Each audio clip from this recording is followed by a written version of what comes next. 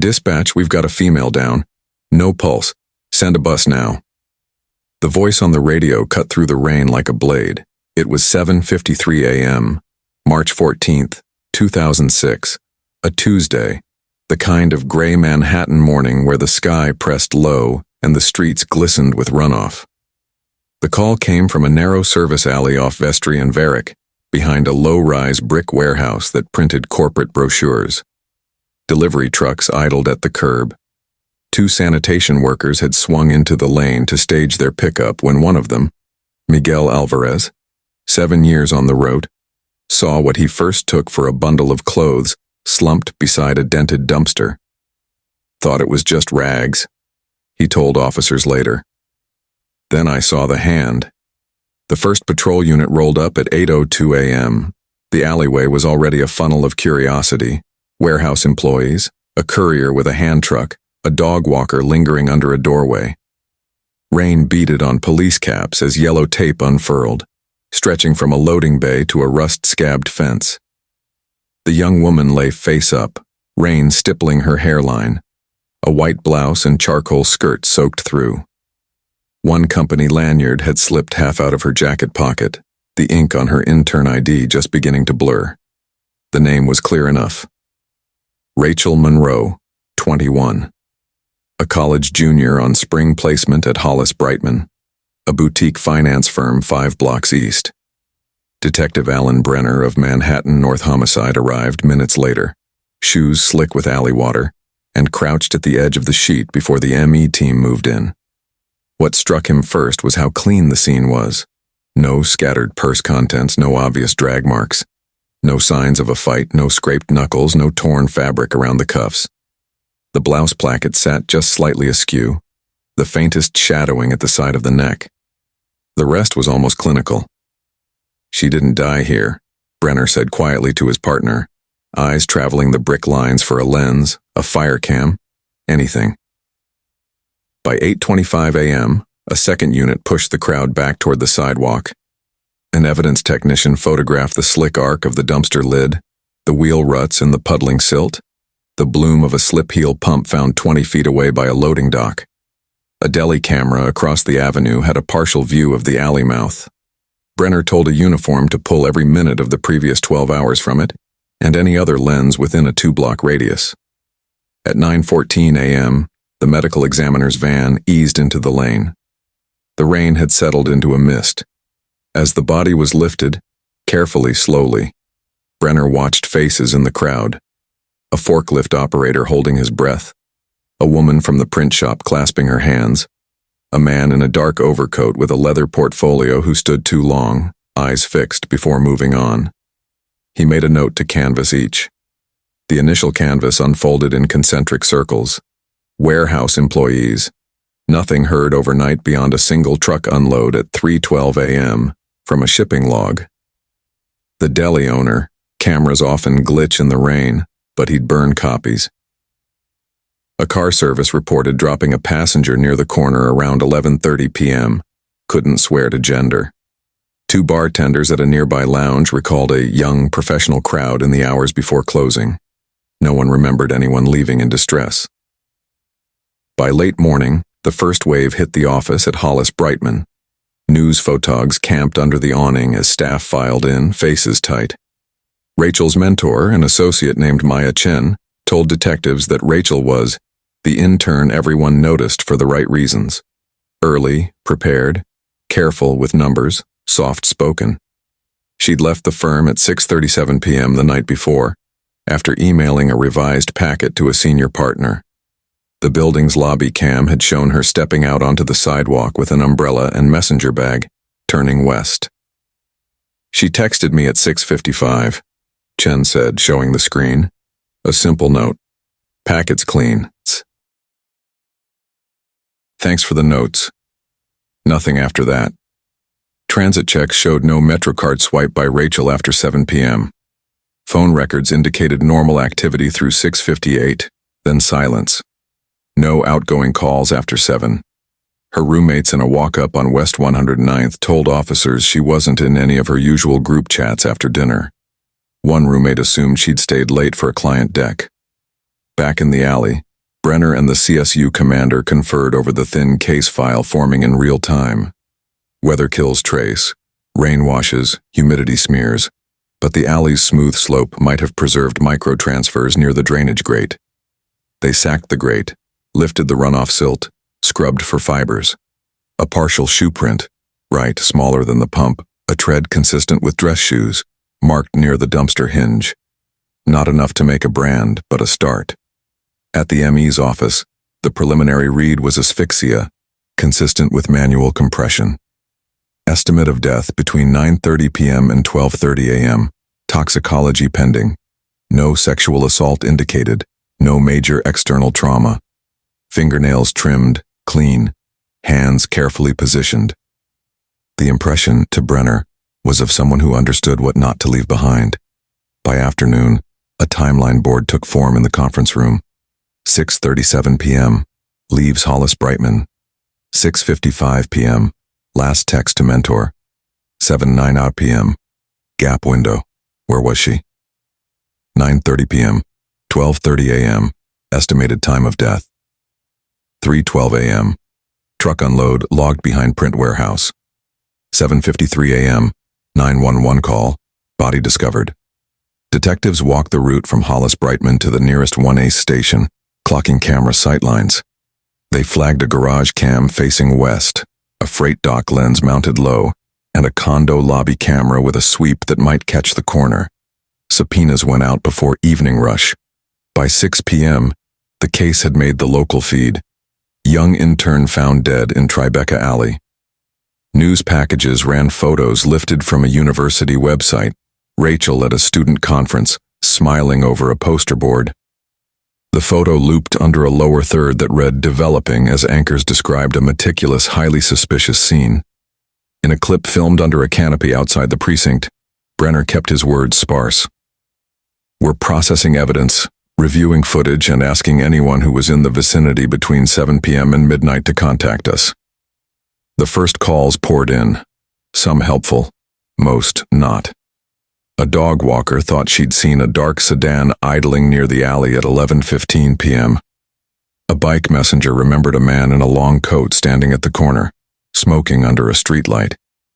A bartender thought Rachel might have been in a group at 8:20 2 blocks away but couldn't be sure. It was raining, and umbrellas make everyone look the same.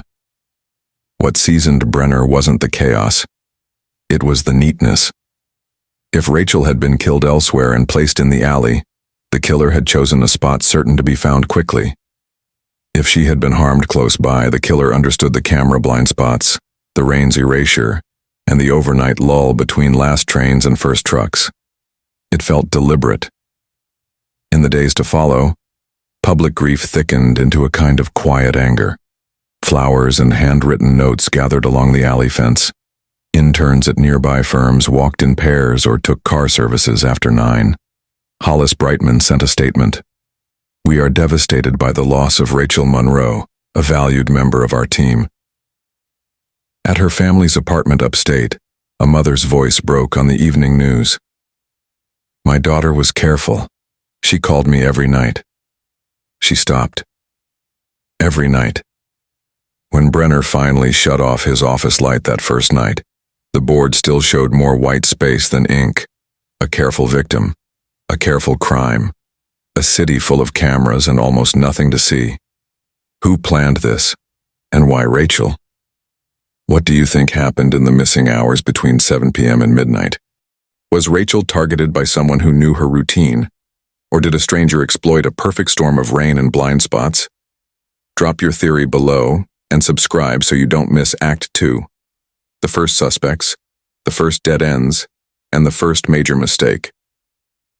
By the time the morning sun lifted over the Manhattan skyline on April 14, 2006, the disappearance of 22-year-old Rachel Monroe had already begun to grip the city. She was last seen leaving the marble-lined lobby of Hallstrom Coder, one of New York's most prestigious financial firms, where she'd been interning for just 6 weeks. Security cameras showed her exiting through the revolving doors at 7:18 p.m., tote bag slung over her shoulder, phone in hand. That was the last confirmed sighting. The NYPD's 17th Precinct launched its standard missing person protocol within 24 hours. Officers canvassed the streets around Midtown, retraced bus routes, and interviewed every colleague who might have spoken to her that day. Detectives spoke with her roommates who described Rachel as predictable to a fault, always home by 8:30, always texting her mom before bed. None of them had heard from her. Her phone had gone silent just 14 minutes after she left the office. Investigators reviewed hours of security footage from nearby storefronts and traffic cameras. They tracked Rachel walking east along 45th Street, pausing briefly at a crosswalk. Then she vanished from view, as if the city itself had swallowed her whole. The first person detectives questioned was Brian Keller, Rachel's boyfriend of 2 years. He'd been the one to report her missing after she failed to answer repeated calls and texts. Brian appeared distraught, pacing the floor of the interview room as he recounted their last conversation, a mundane exchange about dinner plans. But detectives were quick to note small inconsistencies. His timeline shifted under questioning, and he couldn't account for a 45-minute window that evening. Still, with no physical evidence tying him to her disappearance, he was released without charge. Attention then turned to Hallstrom Co. Several co-workers admitted that Rachel had recently complained about a senior executive's inappropriate attention. She had even considered quitting, one friend claimed, but feared it would jeopardize her future in finance. Detectives pressed the firm for names, but the company's legal team refused to cooperate without a subpoena, a delay that would cost investigators crucial time. Meanwhile, tips poured in from the public. A barista in Soho claimed to have seen a woman matching Rachel's description boarding a subway. A dog walker reported spotting a confused young woman wandering Central Park late that night. None of the leads panned out. Within a week, the case was front-page news. Wall Street intern vanishes blared across tabloids, while cable networks aired panel discussions dissecting every theory. Social media buzzed with speculation. Some blamed a jealous lover, others a predatory stranger. The Monroe family held tearful press conferences, pleading for information. Flyers with Rachel's photo, smiling, bright-eyed, her auburn hair spilling over a navy blazer, papered subway stations and lampposts across the 5 boroughs. As the pressure mounted, the NYPD formed a dedicated task force. K-9 units swept the East River banks, dive teams searched beneath the Brooklyn Bridge, and helicopters scanned abandoned warehouses in Queens. It was one of the largest missing person operations the city had launched in a decade. Yet, despite the manpower and media frenzy, the case stalled. 2 weeks in, detectives thought they had their first real lead. A woman's handbag, similar to Rachel's, was found beneath a pier in Red Hook, Brooklyn. It contained a lip balm, a Metro card, and a receipt from a cafe near Hallstrom's offices dated the night she vanished. Hopes soared. But forensic testing crushed them. None of the DNA matched Rachel's. As days turned into weeks, the investigation hit wall after wall. With no witnesses, no body, and no ransom demand, theories multiplied, but evidence remained elusive. Some investigators suspected she had been abducted and trafficked. Others believed she'd been killed and her body hidden somewhere in the city's labyrinth of tunnels and waterways. A few quietly wondered if she had vanished voluntarily. But to those who knew her parents, her friends, her colleagues, that was impossible. Rachel had been weeks away from graduating NYU with honors. She had a job offer lined up at a major investment firm and plans to celebrate her birthday in Paris that summer.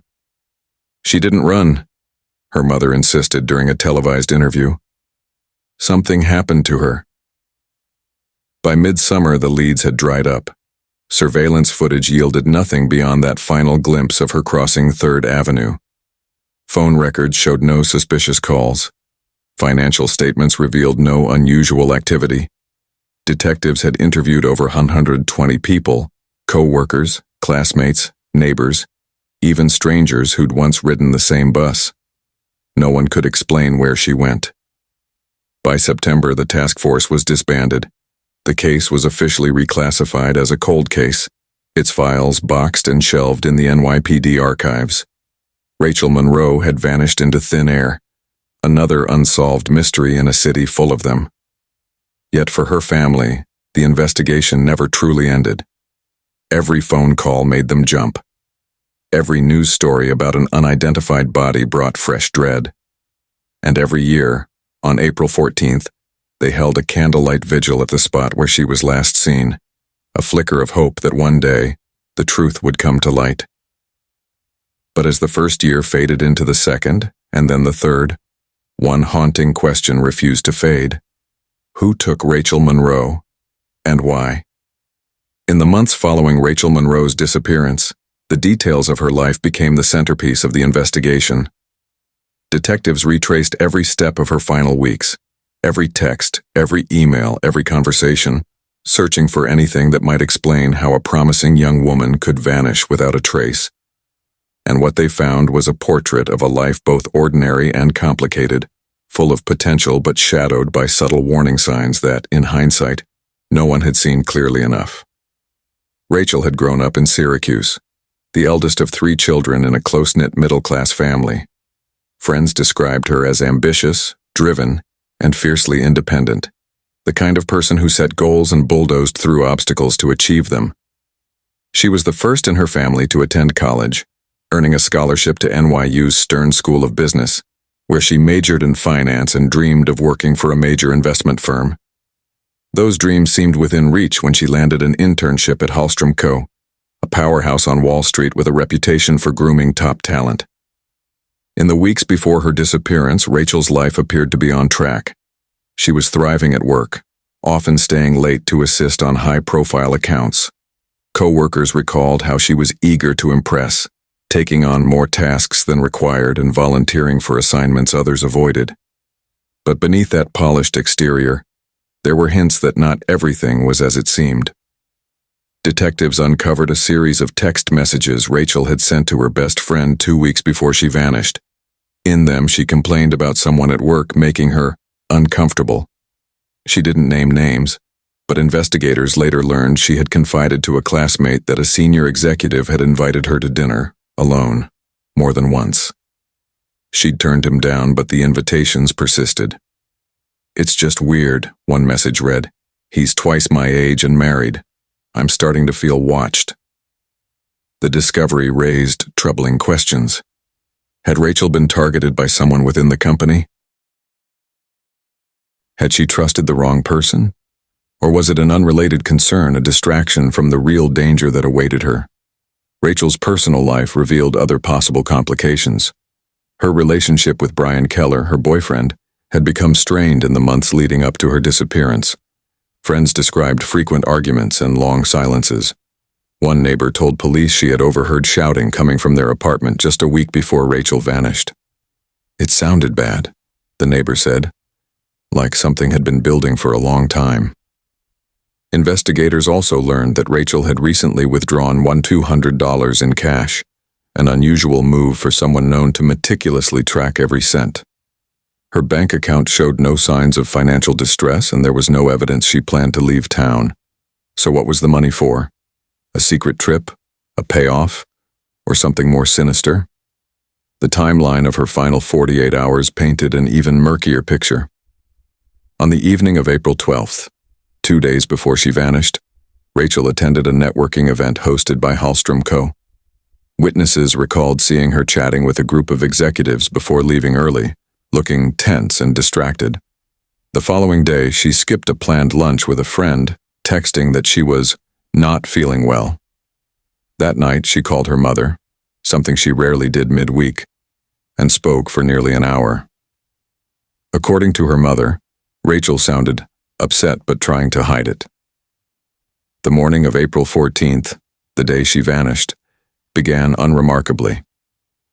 Rachel left her apartment at 7:30 a.m., grabbed coffee at a shop near her building, and arrived at work by 8 m. Security footage showed her entering Hallstrom Co., wearing a navy blazer and carrying a brown leather tote.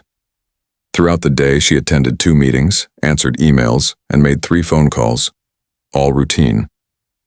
At 7:18 p.m., she was captured on surveillance walking out of the building. That was the last anyone saw of her. Detectives pieced together a timeline from digital breadcrumbs. At 7:26 p.m., Rachel's phone connected briefly to a cell tower in Midtown before shutting off. At 7:32, her MetroCard was used at a nearby subway station, but cameras failed to capture whether it was her. At 8:04, a witness claimed to have seen a woman matching her description talking to a man in a dark sedan parked near East 47th Street. The lead was never verified. By now, the portrait of Rachel Monroe was a paradox. A young woman who seemed to have everything going for her yet was surrounded by unanswered questions. She was ambitious but anxious, independent but vulnerable, and as detectives dug deeper, they realized that nearly everyone in her orbit, her boyfriend, her co-workers, even her closest friends, was holding back pieces of the truth. Each revelation added a new layer to the mystery. Each unanswered question deepened the sense of dread. And as investigators studied the final days of Rachel Monroe's life, one thing became painfully clear. Whatever happened to her was not random. It had been building quietly, deliberately, in the background of her ordinary days, until finally it consumed her. And still the most important questions remained. Who had been following Rachel Monroe's every move? And how far were they willing to go to keep their secret buried? By the spring of 2007, nearly a year after Rachel Monroe vanished, her case had faded from the front pages but never from the hearts of those who loved her. For detectives, it had become another haunting reminder of how quickly momentum could vanish in a missing persons case. Leads had dried up. Witnesses had gone silent. And without new evidence, the once intense investigation slowly ground to a halt. The boxes of evidence, files, photographs, interviews, lab reports, were stacked on a shelf deep inside the NYPD's cold case archives. Each one was marked with the same words. Monroe, Rachel, missing, presumed abducted. Occasionally, a junior detective would pull the file, comb through it for anything overlooked, and place it back. But for all practical purposes, the case was frozen in time. For Rachel's family, however, time stood still. Her mother, Laura, refused to change the locks on Rachel's bedroom door. Every year on her birthday, they set a place for her at the dinner table. And every April 14th, on the anniversary of her disappearance, they gathered with friends and strangers alike in Bryant Park, lighting candles and holding signs that read, "Bring Rachel home." Each year, fewer people came. But Laura came every time. The case took on a life of its own in the public imagination. Online forums debated elaborate theories, that Rachel had been kidnapped by a human trafficking ring, that she had stumbled upon corporate wrongdoing, even that she had faked her disappearance to start over. Urban legends grew around the last known footage of her leaving the Hallstrom-Kermer building. Some claimed her reflection in a passing taxi showed someone following her. Others swore they saw a second figure just out of frame. None of it was verifiable. Detectives who had once worked the case moved on to new assignments or retired. Those who remained were haunted by the unanswered questions. Sergeant Maria Alvarez, who had been one of the original investigators, said in a later interview, "It's the one case that never stopped bothering me. There was no closure, no trace. It was like she was erased from the face of the earth."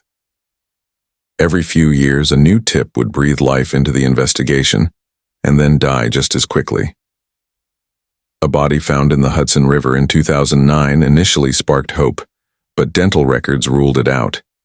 In 2011, a woman in Philadelphia claimed to have been held captive with someone named Rachel, but her story unraveled under scrutiny. In 2013, a hiker found a torn piece of fabric in a wooded area near Staten Island, but it was unrelated. Each false lead was another emotional blow for the Monroe family. Despite the lack of progress, Rachel's name remained on the cold case unit's active review list. One of only a handful from that year that detectives believed might still be solvable. Advances in forensic technology were giving investigators tools they hadn't had in 2006, enhanced DNA extraction, digital data recovery, even facial recognition software that could analyze decades-old footage. Still, nothing concrete emerged. In the meantime, the world changed around the case.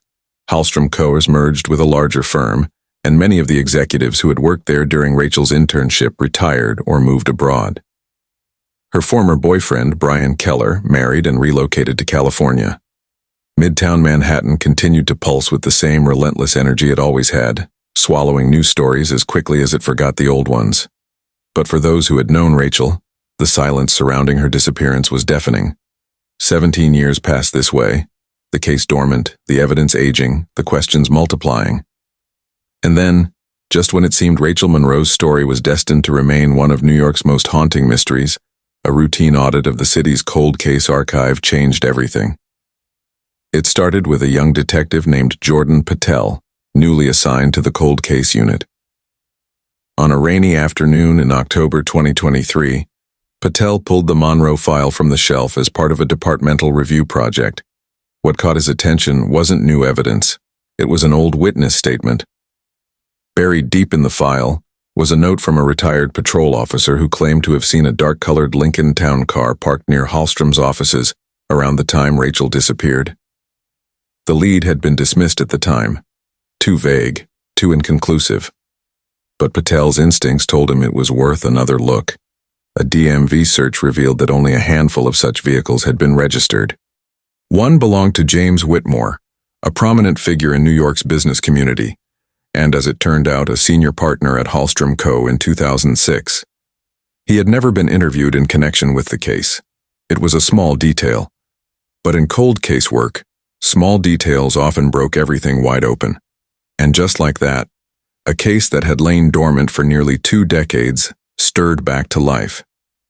The Monroe investigation was officially reopened, and for the first time in 17 years, detectives felt something they hadn't felt in a long time. Hope, and the chilling suspicion that the truth, buried for so long, had been hiding in plain sight. By the time the Monroe case was officially reopened in late 2023, 17 years had passed since Rachel vanished. Most assumed the trail was too cold, that too much evidence had been lost to time. But what started as a routine archival review quickly spiraled into the most significant breakthrough the case had ever seen. Detective Jordan Patel's decision to re-examine the long-dismissed Lincoln Town car lead became the foundation for a full-scale cold case reinvestigation. He and his partner, Detective Sheila Ramos, began by retracing every step of Rachel's final day, not with 2006 technology and assumptions, but with modern tools and fresh eyes. They requested digitized traffic camera footage from nearby intersections, re-interviewed surviving witnesses, and, most importantly, revisited the original physical evidence stored in the NYPD's evidence vault. One of the first surprises came from something investigators had long overlooked: Rachel's handbag, recovered from a trash bin 2 blocks from her apartment just days after her disappearance. At the time, fingerprint technology was limited, and the partial prints lifted from the leather were too degraded for identification. But new advances in latent print enhancement now allowed forensic analysts to digitally reconstruct the faded ridges. What they found was startling: a partial match to James Whitmore, the same senior executive whose name had just resurfaced in connection with the town car. It wasn't enough to arrest him, but it was the first solid physical link tying someone in Rachel's professional circle to the disappearance. Detectives expanded their search. They subpoenaed Hallstrom Co.'s archived security logs and discovered that on the night Rachel vanished, Whitmore's keycard had been used to access a restricted basement level, a part of the building Rachel had no reason to enter. Even more suspicious, the logs showed he left the building nearly 3 hours after everyone else, just minutes before Rachel was last seen on CCTV heading home. From there, the investigation took on a life of its own. Detectives tracked down former Hallstrom employees, many now retired or scattered across the country. One former administrative assistant recalled Rachel complaining that Whitmore had made inappropriate advances during her internship, a claim Rachel never reported formally. Another ex-employee remembered seeing the two in a heated conversation near the company's parking garage a week before Rachel disappeared. But the most chilling detail came from a forgotten piece of evidence: a set of carpet fibers found on Rachel's discarded shoe. At the time, they couldn't be matched. But new microspectrophotometry analysis, a cutting-edge technique unavailable in 2006, determined that the fibers were a rare, custom-dyed pattern used in just 2 private offices in the Hallstrom building. One of them belonged to Whitmore. The pieces were starting to form a picture, and it was a deeply unsettling one. A respected businessman, a man who had built his reputation on charity galas and mentorship programs, was now the prime suspect in the abduction of a 22-year-old intern. But the question remained, if Whitmore was responsible, where was Rachel? Then came the breakthrough no one expected. While combing through property records, detectives discovered that Whitmore had quietly purchased a small warehouse in Queens in the summer of 2006, just 2 months after Rachel disappeared. The building, officially registered to a shell company, had never been searched. With a warrant secured, investigators entered the site in early 2024. What they found inside stunned even the most seasoned officers: remnants of women's clothing, scraps of duct tape, and traces of human DNA embedded in the floorboards. Preliminary testing confirmed what investigators had feared. The DNA belonged to Rachel Monroe. The discovery reignited the case overnight. News stations ran wall-to-wall coverage, the Monroes issued a tearful statement, and social media lit up with outrage and disbelief. After nearly 2 decades of silence, the mystery that had haunted New York for years was beginning to unravel.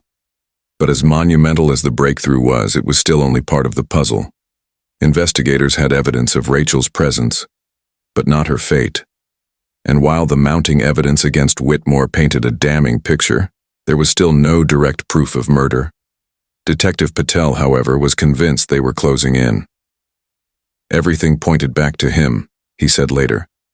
The timeline, the fibers, the fingerprints, even the warehouse. It was all there. We just needed the final piece.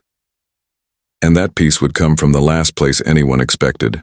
A confession, not from Whitmore himself, but from someone who had been close to him all along. A former driver, terminally ill and no longer fearful of consequences, contacted the cold case unit with information that would shatter everything the city thought it knew about Rachel Monroe's disappearance, and set the stage for the most explosive chapter of the case yet. The driver's confession hit the cold case unit like a seismic shock, not because it solved everything, but because it cracked open a door investigators hadn't even known existed. His name was Leonard Hayes, 72 years old, battling late-stage cancer, and ready, as he put it, to get the weight off before I go. In a taped interview from his hospice bed, Hayes claimed that on the night of June 12, 2006, he was ordered by his employer, James Whitmore, to dispose of something he would later realize was evidence tied to Rachel Monroe's disappearance. According to Hayes, Whitmore had called him at around 11:45 p.m., frantic and breathing heavily, demanding that he bring the company van to the back entrance of the Hallstrom building. When Hayes arrived, Whitmore loaded 2 heavy duffel bags into the vehicle and instructed him to drive to an abandoned storage facility on the edge of Staten Island. Hayes swore he never looked inside the bags, but the weight, he said, was too much to be just clothes or papers. He left them there and never asked questions again. It was a confession that electrified the investigation. Detectives immediately descended on the Staten Island site, which had long since been repurposed into a shipping hub. After securing a search warrant, forensic teams combed the foundations and crawl spaces. In a sealed drainage compartment beneath the concrete floor, they found a series of items wrapped in weathered plastic, including a fragment of fabric matching the dress Rachel was last seen wearing, a pair of her earrings, and a company security badge with her photo still visible under layers of grime. But that wasn't the most damning evidence. Tucked deep inside one of the deteriorating duffel bags was a blood-stained section of carpet, later confirmed to match the same rare pattern found in Whitmore's office. And on it, preserved for nearly 2 decades, was a partial DNA profile that matched Rachel Monroe. With that discovery, the case shifted from circumstantial to forensic. Prosecutors finally had physical evidence placing Rachel and her blood in Whitmore's private office. And combined with the fingerprint match, the fiber evidence, and the driver's confession, investigators were now confident they had enough to build a murder case even without a body. Detective Patel described it as the moment everything we suspected turned into something we could prove. But there was still one major hurdle. Whitmore remained one of the city's most powerful figures, wealthy, connected, and well protected. His legal team immediately went on the offensive, calling Hayes's statement the ramblings of a dying man, and insisting that any forensic evidence was contaminated by decades of mishandling. But the evidence trail was too strong to ignore, and a grand jury convened to consider charges. In the meantime, the cold case unit pressed deeper. They interviewed a string of former associates and unearthed a disturbing pattern. Whitmore had quietly paid settlements to 2 former interns in the late 1990s after allegations of sexual harassment surfaced, settlements that had been sealed under non-disclosure agreements. Another ex-employee revealed that Whitmore maintained a private entrance to the building's sub-basement, a place where he brought people he didn't want seen. It was a profile that fit perfectly with what investigators were beginning to believe. Rachel's disappearance had not been random.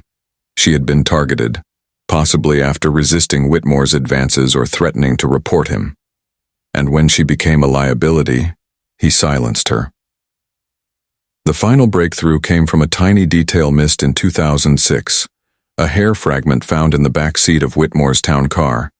Originally dismissed due to degradation, new mitochondrial DNA analysis, a technique unavailable at the time, conclusively matched it to Rachel. It placed her inside Whitmore's car, likely on the night she vanished.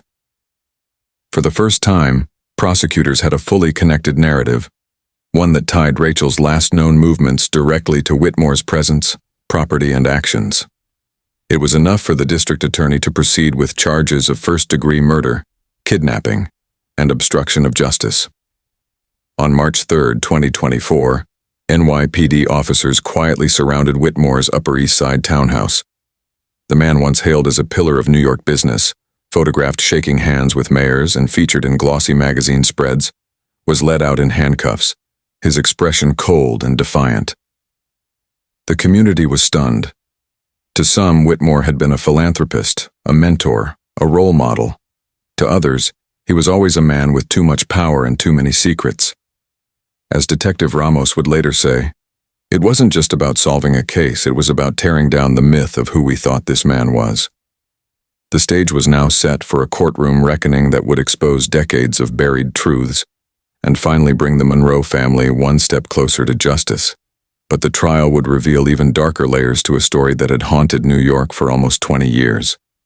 The arrest of James Whitmore was a headline that dominated every newspaper, talk show, and evening broadcast in New York.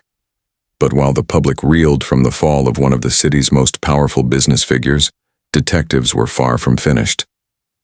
The next phase of the investigation was about to dig into the man behind the reputation and reveal a history of deception and manipulation that had been hiding in plain sight for decades.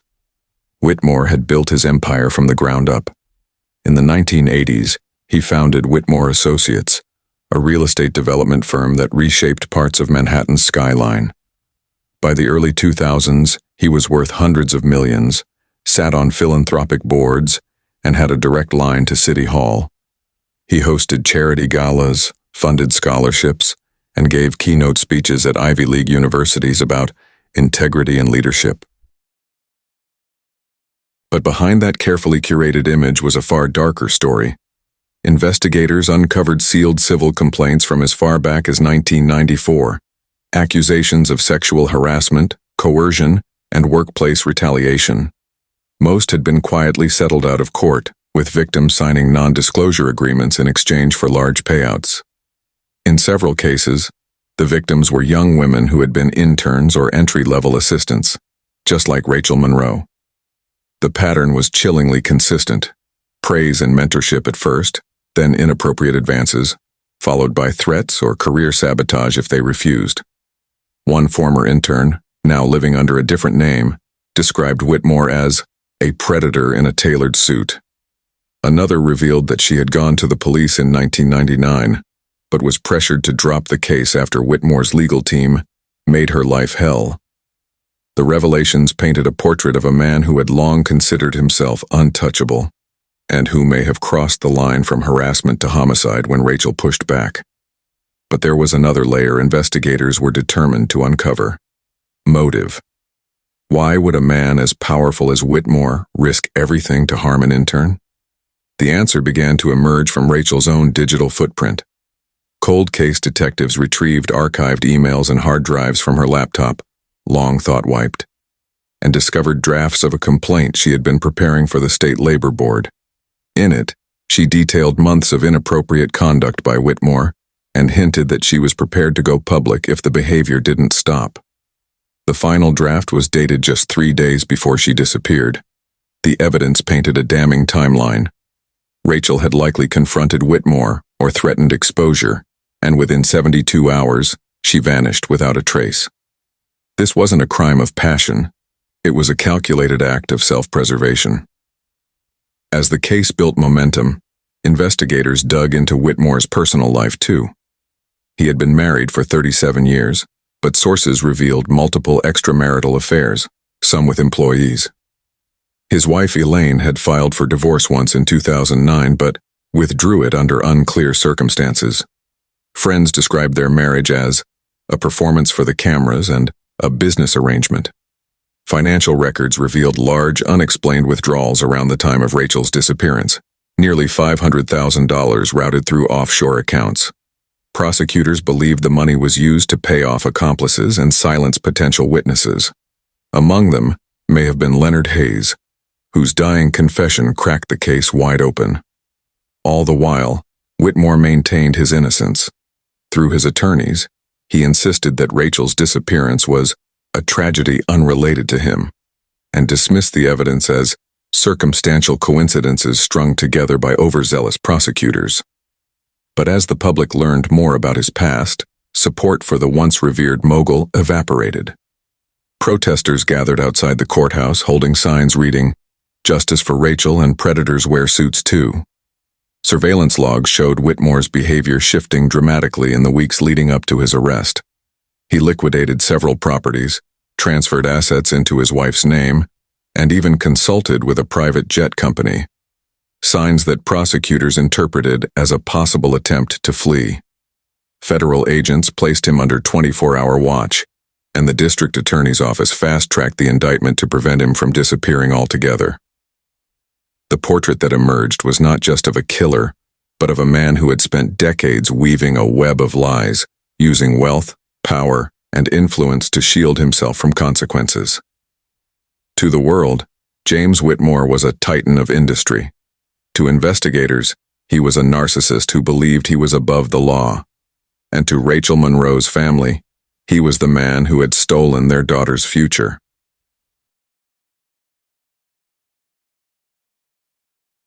But the case was far from over. What awaited was a courtroom battle that would test the limits of justice, expose the cracks in a system that had protected Whitmore for too long, and force an entire community to confront how evil can hide in plain sight, wearing a smile, shaking hands, and signing checks.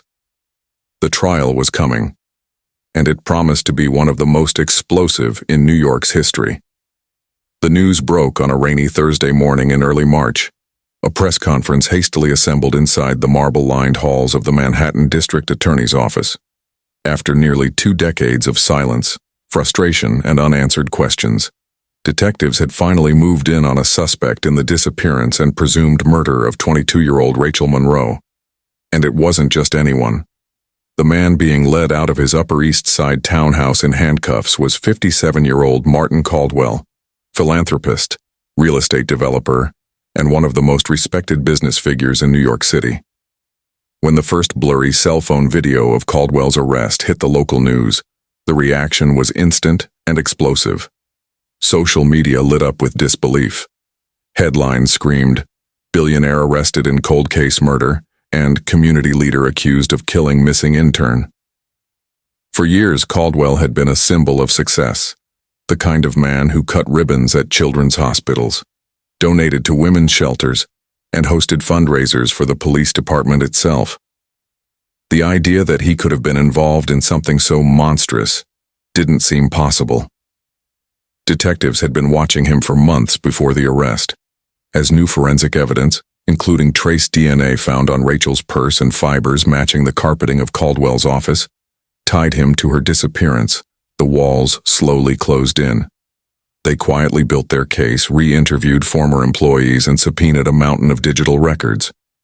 But it was a single piece of overlooked evidence, a set of security keycard logs from 2006, recently recovered from an old hard drive, that sealed Caldwell's fate. Those logs showed Rachel leaving the building on the night she vanished, and Caldwell following her just 2 minutes later, exiting through a side door rarely used by anyone but him. The arrest itself was executed with surgical precision. At dawn, a team of plainclothes detectives approached Caldwell as he stepped out for his morning run. Witnesses said he looked more confused than frightened at first, muttering something about a mistake as they read him his rights. But as they guided him into the back of an unmarked car, one officer noticed his hands trembling. Inside the precinct's interrogation room, Caldwell initially refused to speak. His legal team, a powerhouse firm known for defending New York's elite, advised silence. But detectives, armed with 2 decades worth of evidence, had other plans. They started with the easy questions. Did he remember Rachel Monroe? Did he recall working late the night she disappeared? Was it true that she'd come to his office that evening to discuss a potential job offer? Caldwell denied it all. "I barely knew her," he insisted, shaking his head. But the evidence told a different story. Investigators presented photographs of Rachel's purse, found years later in a construction site tied to one of Caldwell's companies. They showed him phone records revealing multiple calls from his personal cell to hers in the weeks before she vanished.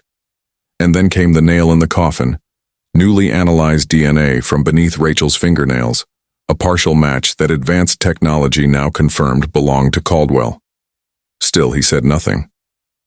Back in the city, the reaction was nothing short of seismic. People who had once attended Caldwell's charity galas now refused to say his name. The mayor, who'd praised Caldwell for his unwavering commitment to the city just months earlier, called the allegations a betrayal of public trust. Even Caldwell's own board of directors, once fiercely loyal, suspended him within hours of the arrest. But the most powerful reaction came from Rachel's family. For nearly 20 years, they had lived in a purgatory of grief. No body, no answers, no justice. They had clung to fading memories and worn photographs, hosting candlelight vigils every May 14th, the date she disappeared. And now, as they watched the man accused of destroying their lives being led into court, the emotions were overwhelming. "This doesn't bring Rachel back," her father told reporters, voice trembling. "But it's the first time in 19 years we feel like the truth is finally within reach." As the arraignment unfolded, the case that had haunted New York for nearly 2 decades began to take shape. Prosecutors laid out their theory. Caldwell, infatuated with his young intern, had made unwanted advances. When she threatened to report him, he snapped.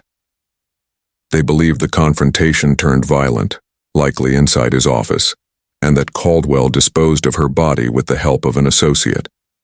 While Rachel's remains had still not been found, prosecutors argued that the mountain of circumstantial and forensic evidence painted a clear and damning picture.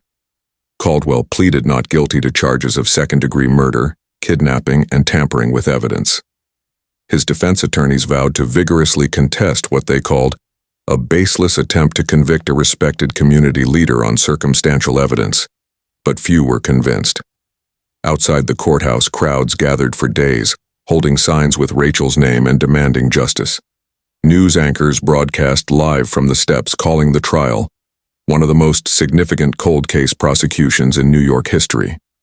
And across the city, a single question echoed through conversations in cafes, office buildings, and subway cars alike. How could a man who had everything, power, money, influence, be capable of something so monstrous? The answer, investigators promised, would come soon enough. But for now, the arrest had shattered the illusion of safety and respectability that had long shielded Caldwell from suspicion. And as he sat in a holding cell on Rikers Island, waiting for the next chapter of his reckoning to begin, one thing was clear. The case of Rachel Monroe was no longer a mystery frozen in time. Justice, though delayed, was finally closing in. The courtroom of the Manhattan Supreme Court was standing room only on the morning of October 4, 2024. Nearly 2 decades had passed since Rachel Monroe vanished from the heart of Midtown Manhattan, and now, the man once hailed as a visionary business leader, Richard Callahan, sat at the defense table, his once commanding presence replaced by a hollow stare. Reporters lined the aisles, sketch artists angled their pads, and former interns, colleagues, and victims filled the benches. For many, this trial wasn't just about Rachel. It was about an entire culture of silence that had festered for years beneath polished corporate walls. The prosecution opened with a statement that would echo through the trial. This is not a story of a single moment of violence. It is the story of decades of manipulation, predation, and power, culminating in the disappearance and death of a young woman who trusted the wrong person. Assistant District Attorney Carla Jenkins detailed how Rachel, a bright 22-year-old intern from Albany, had come to New York to pursue her dream career. How she had believed Callahan's mentorship was a once-in-a-lifetime opportunity. And how, on a rainy night in August 2006, that trust ended in betrayal. The state's case rested heavily on the breakthroughs of the cold case team. The DNA evidence recovered from a button lodged in the lining of Rachel's purse, the microscopic blood trace matched to Callahan's office rug, and the cell tower data placing his phone in the area where Rachel's remains were later found. But perhaps the most damning testimony came from those who had once worked under Callahan. One former executive assistant broke down on the stand as she recounted inappropriate advances, threats to her career, and veiled references to what happened to the intern. Another former intern described seeing Rachel argue with Callahan days before her disappearance, her voice shaking as she said, "I can't do this anymore." The defense countered with a narrative of coincidence and circumstantial evidence. They argued that Callahan's contact with Rachel was professional, that the DNA transfer was secondary and meaningless, and that someone else, perhaps a disgruntled ex-employee, was responsible. They leaned heavily on the lack of direct eyewitnesses and the fact that Rachel's cause of death could not be conclusively determined due to the condition of her remains. But the jury seemed unmoved. Throughout the trial, Rachel's family sat in the front row, just feet from the man they believed had stolen their daughter's future. Her mother clutched a locket containing Rachel's baby photo. Her father stared straight ahead, his hands clenched tightly in his lap.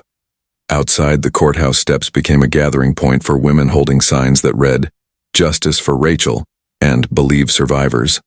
The turning point came during Callahan's cross-examination.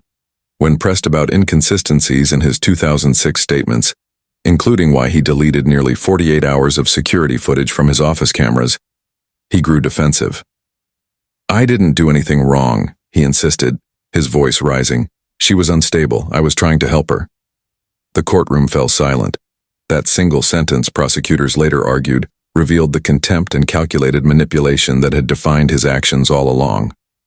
After 5 weeks of testimony, 47 witnesses, and over 300 pieces of evidence, the jury deliberated for just under 7 hours. On October 28th, they returned with a verdict that sent shockwaves through New York's business and political elite. Guilty on all counts, including second-degree murder, unlawful disposal of human remains, and obstruction of justice. As the foreperson read the verdict, Rachel's mother wept openly. Callahan, now 62, sat motionless, his jaw tight, his gaze fixed on the table in front of him. The judge, in delivering the sentence, 35 years to life, spoke directly to him. "You used your power and influence to exploit, silence, and ultimately destroy a life full of promise. This community waited nearly 2 decades for justice. Today they have it." Outside the courthouse, cameras flashed and microphones crowded around the Monroe family. "This doesn't bring Rachel back," her father said, his voice trembling. "But it means her story mattered. She mattered." The verdict marked the end of one of New York's longest and most high-profile cold cases, a case that had reshaped laws around workplace misconduct, inspired new protocols for missing persons investigations, and empowered countless survivors to come forward. For the Monroe family, it was a bittersweet conclusion to a 19-year nightmare. But for the city, the case was more than just a conviction. It was a reckoning. It revealed the darkness that can hide behind power and prestige, and reminded everyone watching that justice, though often delayed, is never truly out of reach. And in the quiet moments after the cameras were gone and the courthouse emptied, a simple truth remained. Rachel Monroe's voice, silenced for nearly 2 decades, had finally been heard. In the months that followed Richard Callahan's conviction, the city of New York began to exhale, slowly, cautiously, as though afraid the nightmare might somehow return. The Monroe case had gripped the nation not just because of its brutality, but because of the uncomfortable truths it revealed. That power can conceal evil for decades, that privilege can silence victims, and that justice, though delayed, can still prevail. The office where Rachel Monroe once worked was sold to a new company. The corporate headquarters, once a symbol of wealth and innovation, stood empty for nearly a year, its gleaming glass windows reflecting a city that would never look at its business leaders the same way again. Employees who had once idolized Callahan now spoke openly about the toxic culture they had endured, and survivors from other industries began to step forward with their own stories. It was as if Rachel's case had cracked something open, a collective refusal to remain silent any longer. For Rachel's family, life would never truly return to normal. They had spent nearly 20 years living in limbo, clinging to hope while fearing the worst. Now they visited a small memorial near the Hudson River, where Rachel's ashes were scattered, a place where she used to walk and dream about her future. "We come here not just to remember her," her mother said in an interview, "but to remind ourselves that even in darkness, truth can still be found." The case also had a lasting impact on the justice system itself. In response to public outrage, lawmakers introduced new regulations aimed at preventing corporate abuse, including stricter oversight of workplace conduct and mandatory reporting protocols for harassment allegations. Cold case units across the country received increased funding, and law enforcement agencies began re-examining hundreds of unsolved disappearances with fresh eyes and advanced technology. Perhaps the most profound legacy of the Monroe case, however, was the cultural shift it ignited. College programs began teaching workplace ethics more rigorously. Businesses instituted policies designed to protect interns and entry-level employees. And ordinary citizens, mothers, fathers, daughters, sons, began speaking more openly about the dangers of unchecked power. Yet even with justice served, some questions remained unanswered. Why did it take so long? How many others like Rachel had slipped through the cracks before someone paid attention? And could there still be more victims linked to Callahan that the world didn't know about? Detective Laura Brennan, who led the cold case team, put it simply, "The law may have caught up with him, but the real work begins now, making sure no one else disappears in plain sight." As the anniversary of Rachel's disappearance approached, her family organized a candlelight vigil in Central Park. Hundreds attended, strangers, survivors, law enforcement officers, and former colleagues, all united by one shared truth. Rachel Monroe's story had become bigger than her. It was a warning, a wake-up call, and a promise that no matter how much time passes, justice can still find those who believe they are untouchable. And as the final candle flickered beneath the cold New York sky, one message lingered in the air, one that every viewer of this story should remember. Evil often hides behind familiar faces, in boardrooms, offices, and everyday places we trust. Rachel's story is a stark reminder that silence enables it, but truth can stop it.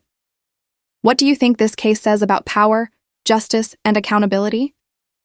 Share your thoughts in the comments below, and don't forget to subscribe so you never miss another story that reveals the dark truths lurking just beneath the surface.